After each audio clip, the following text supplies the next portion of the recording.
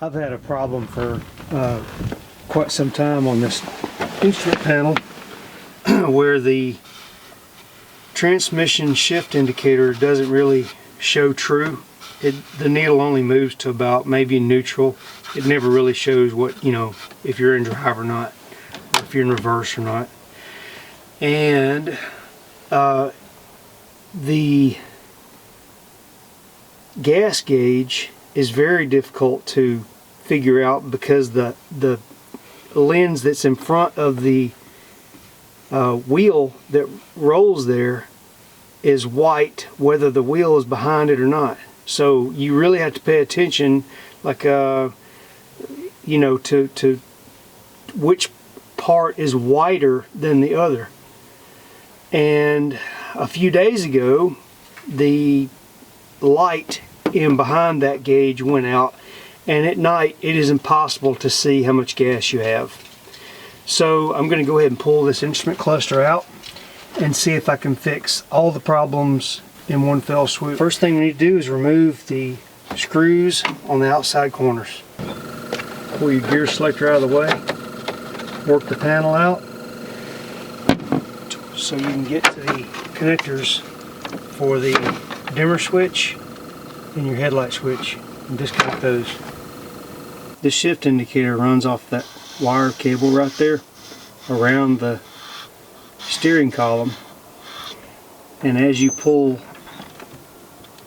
the gear down, it tightens up the cable, indicating what gear you're in. So it looks to me like all I got to do, if you'll notice when I put it in park, there's a whole lot of slack. I need to take up the slack. As I bring the gear down into drive, it's just a clip that apparently is just snapped on there. So I'm going to unclip it and move it further back on the column so that when it goes to park, there's no more slack in the cable. Now you need to remove the 4 screws for the heater control, pull it out, and then remove the 3 screws for your box or your radio, whatever's here. You don't have to pull the heater control completely out, just get it out of the way so you can get your radio out, because you'll need to access the screw right there. Pull all the screws that are holding this pad on. Pull the 2 screws out of this ductwork here, because you need to access a screw that's hidden right up inside there. There's only 4 screws that are holding the instrument panel in, one on each corner basically. Pull those out, then just carefully wiggle your instrument panel back and forth until it unplugs from the harness in the back. Now you can take your cluster inside where it's cleaner and easier to work on.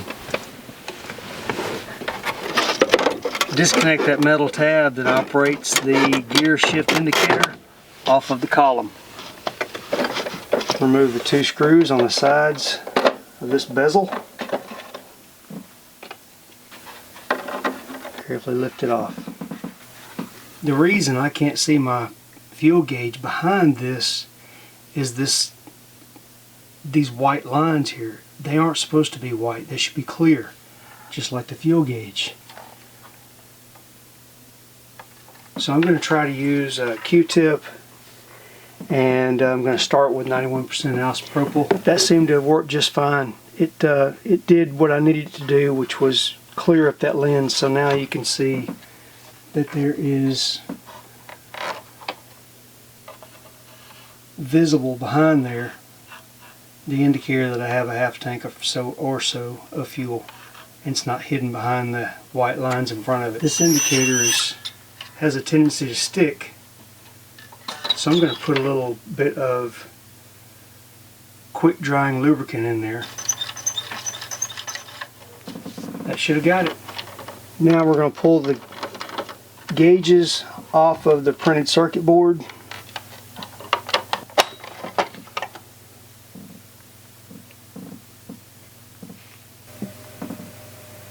Carefully remove the ribbon cable connector that runs your odometer. Discharge all your stack electricity. Remove all the screws that you see.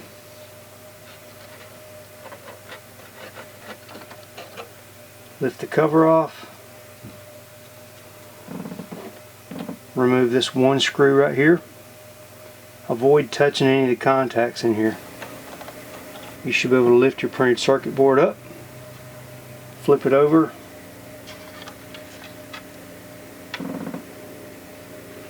and replace all your light bulbs. Every bulb in my instrument cluster was a T194 except for these two, and I don't know why they would be different, but they are a lower wattage 161 bulb, so that's what I put in their place. I would highly suggest that you do your buying online because these things are expensive at the auto parts store. Once you have all your bulbs replaced, just put everything back together.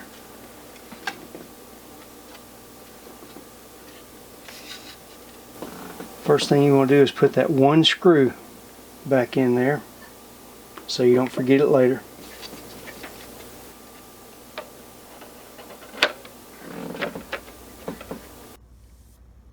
Once you've got all your screws in, flip it back over.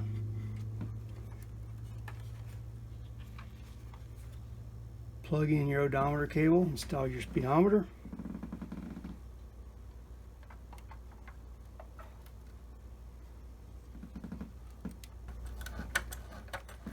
Install your fuel gauge.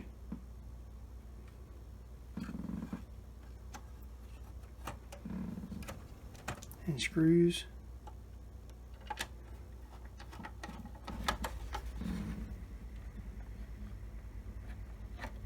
Just a few more screws and then reverse everything we did inside the truck. It's just nuts and bolts, folks. Don't be scared of it. Thanks for watching.